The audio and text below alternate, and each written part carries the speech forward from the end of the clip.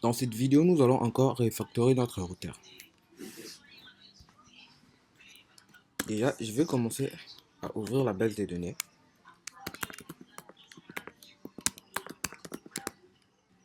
Et je vais aussi faire pareil pour démarrer mon serveur PHP.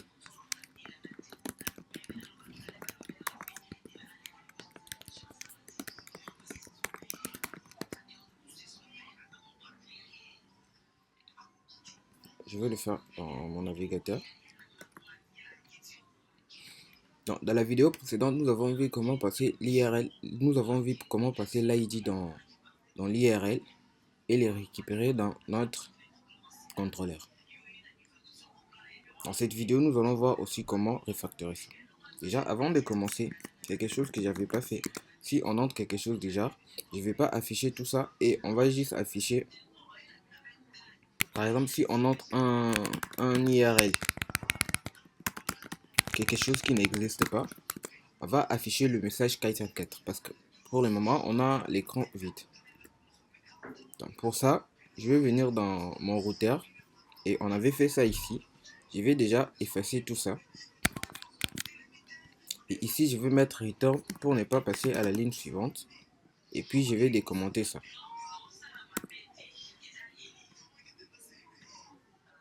Puis, je vais décommenter ça. Donc, pour l'exception, on peut venir ici dans notre classe exception. Donc, on avait créé une classe routeur exception. Peut-être on peut aussi créer une classe Kite104 exception. Mais pour le moment, on va juste renvoyer notre routeur exception.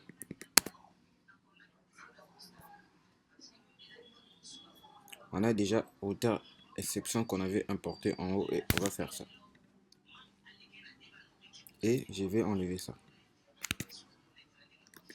Je vais revenir dans ma page et je vais actualiser. Maintenant, nous avons l'erreur Kite104.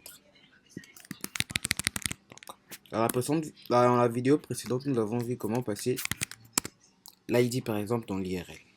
Maintenant, imaginons, nous voulons passer non seulement l'ID, on va passer notre flag, par exemple finance, ou ça sera par exemple post/département finance l'ID de l'article. On a le flag de l'article et l'ID de l'article. Donc, si je fais déjà entrer, nous allons tomber, ça va pas marcher parce qu'il ne doit pas répondre avec le show. Donc, pour ça déjà, on va venir dans notre index.php et on va ajouter l'IRL pour ça. Ici en haut, on va appeler une fonction que je vais nommer test. Et ici, nous allons mettre des points /l'id. Dans notre post contrôleur, je vais aussi créer la fonction test. Il aura besoin du flag et de l'id. Après, on va faire juste encoder $flag et on va aussi faire encoder l'id. Je viens dans mon navigateur et j'actualise, ça marche toujours pas, donc je crois ici il y a un problème. Donc on va commenter ça. J'ai plusieurs onglets ouverts, je vais fermer les autres. Mon navigateur, je vais actualiser et maintenant nous avons département finance et nous avons l'ID qui est 12. Donc département finance et l'ID 12, ça marche. Mais imagine, j'ai décidé d'inverser, par exemple, je commence par l'ID, ensuite les flags 12 et puis les flags. Vous allez voir quelque chose, donc je ne sais pas si vous avez vu ça. Ici aussi, on va inverser. On va d'abord afficher. Ça commence maintenant par l'ID, ensuite le flag.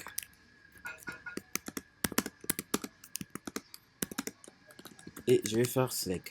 Donc j'actualise. Et ici, vous voyez quelque chose de bizarre. Il met 12-département et puis il met finance. Donc, on ne veut pas de cette erreur parce que nous, on veut juste récupérer l'ID qui est 12 et les flags, on va les mettre à part. Donc, on veut récupérer les 12 qui est notre ID et les départements finance qui est notre flag. Donc, pour ça, on va un peu refactorer notre routeur. Je vais revenir dans notre routeur. et on va les faire là où nous avons fait la fonction preg-replex.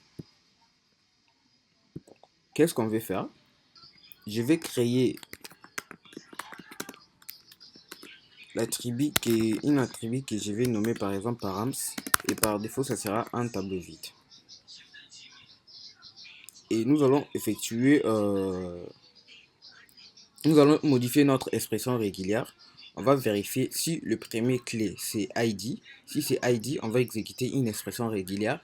Et si les autres, si c'est par exemple une chaîne de caractères ou flag, peu importe, on va exécuter une autre expression régulière. Donc pour ça, ici déjà, qu'est-ce qu'on va faire? On va utiliser la fonction preg-replex callback. Donc ici, nous allons appeler une fonction. La fonction, déjà, on va passer les paramètres. On va les passer 10. Et ici, on va appeler une fonction, je vais nommer par exemple params match. Et je vais créer la fonction params match qui va permettre de faire cette expression régulière, de vérifier si c'est l'ID. On va exécuter une expression régulière, si sinon, on va exécuter une autre expression régulière. Donc, ma fonction s'appelle param match et il a besoin du match. Déjà, on va faire var dump de match pour voir de quoi il en retourne et je vais faire die ici. Je viens dans la page, j'actualise et die, vous voyez, il a des points select et select. Donc on va enlever le die pour voir aussi l'id. J'actualise et j'ai des points select et j'ai aussi des points id. C'est qu'on a passé ici. Donc on a passé des points select et des points id. Donc je reviens dans notre route. On sait déjà, peu importe ce qui va arriver, on va retourner l'expression régulière qui était là-bas. Donc, ça sera exécuté ici. Ensuite, nous allons faire les rejects pour ça, pour faire un break match. Notre expression régulière. Maintenant, qu'est-ce qu'on veut faire? On veut vérifier si dans param, donc si dans match, nous trouvons l'ID. S'il y a quelque chose qui correspond à l'ID. Donc, pour ça, je vais faire une condition. La condition, ça sera $match. Parce que dans match, nous, si vous vous rappelez bien, dans $match, on avait quelque chose qui était déjà 2.select et select carrément. Nous avons pas besoin des 2.select. On va directement prendre le deuxième élément du tableau. Donc, pour ça, je vais faire 1. Donc, ici, ce que je vais faire 1 va être soit select, va être d'abord select, et puis ça sera ID par exemple. Ici, nous allons commencer par vérifier si c'est égal par exemple à l'ID. Parce que je sais, moi, dans mon cas, je sais que dans tous mes IRL, j'aurai toujours l'ID. Donc, si nous avons ça, nous avons l'ID, nous trouvons l'ID, on va renvoyer cette expression régulière. L'expression régulière qui va dire, on va prendre tout ce qui sera compris entre 0 et 9 et ça peut être répété plusieurs fois. Et ici, je vais faire ça. Ensuite, il faut aussi récupérer l'expression régulière pour notre select. Donc, on ne va pas exécuter cette expression régulière. Cette expression régulière est spécifique à l'ID. Donc, je vais faire une autre expression régulière pour le select. Donc, pour le select, nous allons juste vérifier si l'attribut que j'avais créé, c'était l'attribut param, si c'est pas vide. Donc, si ce n'est pas vide, on va renvoyer notre expression régulière. L'expression régulière qui disait de prendre tout ce qui sera compris entre les A à Z et ça peut aussi avoir des tirets et des 0 à 9 par exemple, quelque chose du genre, et ça peut être répété plusieurs fois. Et je vais faire ça. Maintenant, je vais aller dans la page et je vais tester pour voir si ça marche. J'actualise. On a toujours l'erreur 404. Pourquoi j'ai une erreur 404? Je sais pas pourquoi. Ça marche pas. Je vais faire un var dump et je vais vérifier ça. Donc j'actualise pour le premier fausse parce que c'est notre slag, donc on ne peut pas envoyer cette expression régulière, ne va pas marcher. Et pour le deuxième c'est true parce que c'est l'ID. Donc ici c'est bon déjà. Et on va passer ici dans cette fonction pour voir ce qu'il retourne. Donc ici on vérifie si notre l'attribut par un match qu'on avait créé est vide. Oui, si c'est vide, on va aussi renvoyer ça. Donc ici a priori il n'y a pas vraiment de problème. Et ici dans tous les cas on va renvoyer cette expression régulière car on n'a pas vraiment de flash.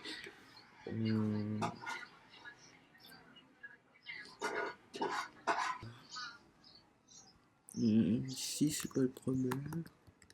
Match. D'abord revenir ici et voir quelque chose. Si c'est déjà bon, attendez. Ça malgré c'est pas vraiment ça le problème. Post, flag et ID. Ouais, je vois l'erreur. Ici aussi, je dois faire id-des.flag. Parce qu'ici, on commence avec l'ID.